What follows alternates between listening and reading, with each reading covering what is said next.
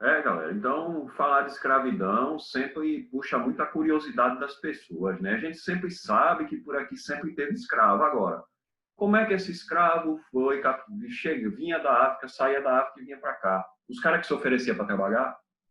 Não, claro que não. Ah, na África tinha escravidão, e daí os europeus se aproveitaram, pegaram essas pessoas para executar o trabalho forçado, vir para o Brasil, servir de lucro para os comerciantes europeus.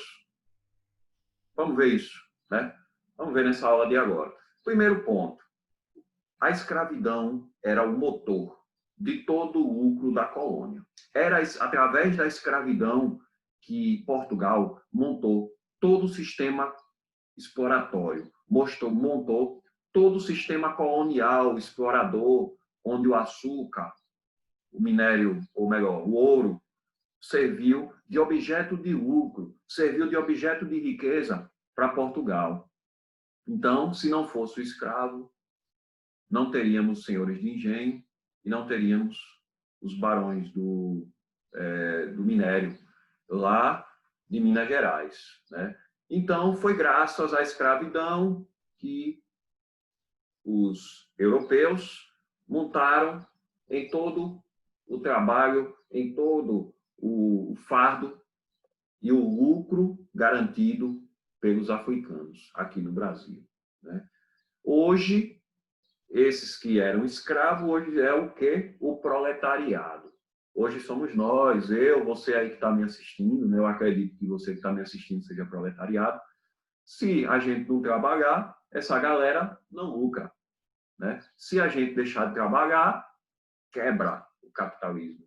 Por que é que ocorreu essa revolta agora de muitos burgueses grandes e pequenos pelo fim do isolamento e pelo retorno à normalidade do trabalho, da economia? Porque as pessoas, o Estado, quando pega o isolamento, está negando o trabalho. Negando o trabalho significa travar a economia, esculhambar com o lucro da burguesia. Então, como dizia Paul Lafargue, meu amigo, só tem um jeito de arrombar com o capitalismo: não trabalho.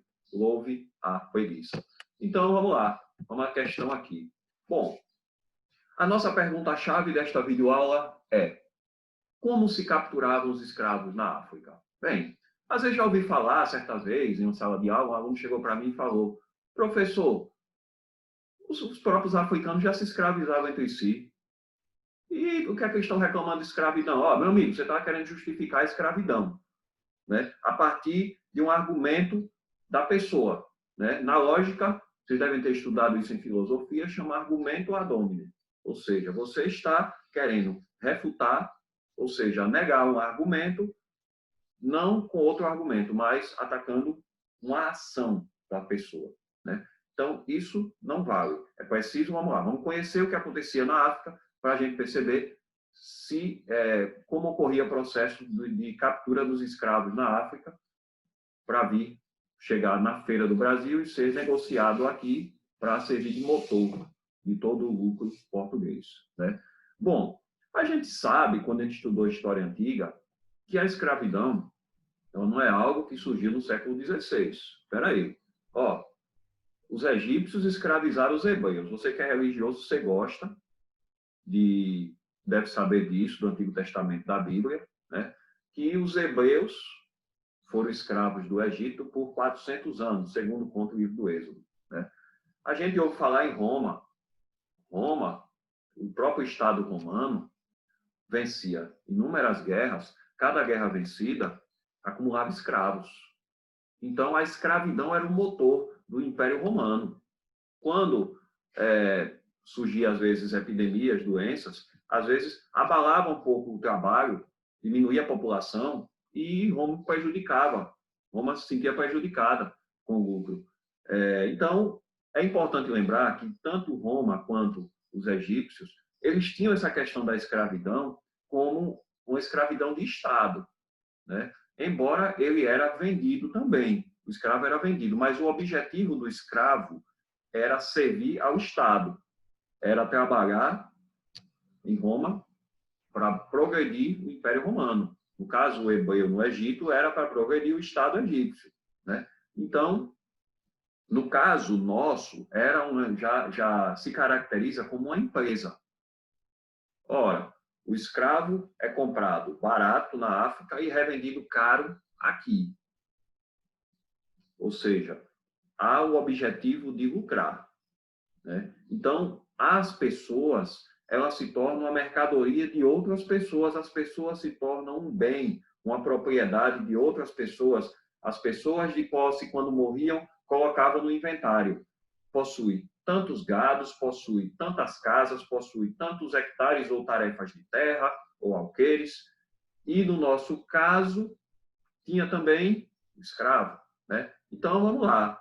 O escravo é uma mercadoria. O escravo não é uma propriedade do Estado. Fulano de tal no inventário tem X escravos. Beltrano de tal tem tantos escravos, né? Então, é uma mercadoria. Mas, afinal, professor, você ainda não respondeu a pergunta. Como se capturava os escravos na África? Bem, vamos lá. Certa vez chega um cara na África, né? Os islâmicos, e começa a perceber que existia escravidão. Os islâmicos, então, começam a trocar mercadorias por escravos. A partir daí, a escravidão ela começa a se tornar minimamente uma mercadoria, né? Mas a escravidão em massa, um objeto de lucro de inúmeras pessoas, ela começa com a chegada dos espanhóis e dos portugueses lá no continente africano, né? Quando esses caras chegam lá, aí eles percebem que o modo de vida dos povos da antiguidade, tipo dos egípcios, dos gregos, dos povos da Mesopotâmia, dos romanos, né, estava vivo ali ainda. Haviam escravos do Estado, possivelmente uma boa parte prisioneiros de guerra, pessoas que perdiam guerra, se tornavam escravos do Estado vencedor, ou escravas por dívida. Escravidão por dívida, ela tinha uma data para começar, tinha uma data para terminar, até que a dívida fosse saldada, né? A escravidão do Estado, às vezes tinha casos de escravos que eram libertos. Escravos poderiam ser libertos, por exemplo, em Roma. Em Roma, muitas vezes, haviam escravos que eram professores.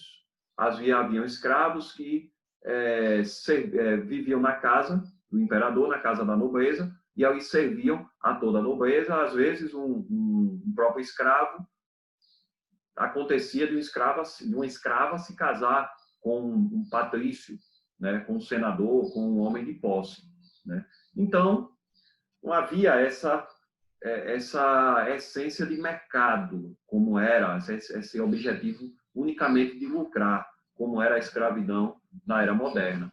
Essa era moderna que começa com a queda da Idade Média e vai até a Revolução Francesa, 1789. Né? Então, todo esse período de colonização do Brasil chama-se Idade Moderna, né? 1456 é que começa cronologicamente a Idade Moderna, né? Então, chamar isso de escravidão moderna, certo? Então, vejamos. Aí, quando os portugueses chegam lá, eles percebem toda essa existência de escravidão que ocorria desde a antiguidade, né? Então, eles vão ter uma ideia brilhante. Eles não tinham armas de fogo, o africano, não tinha arma de fogo. Aí chega o cabo aqui, velho, olha o que é que isso aqui faz, olha, buf!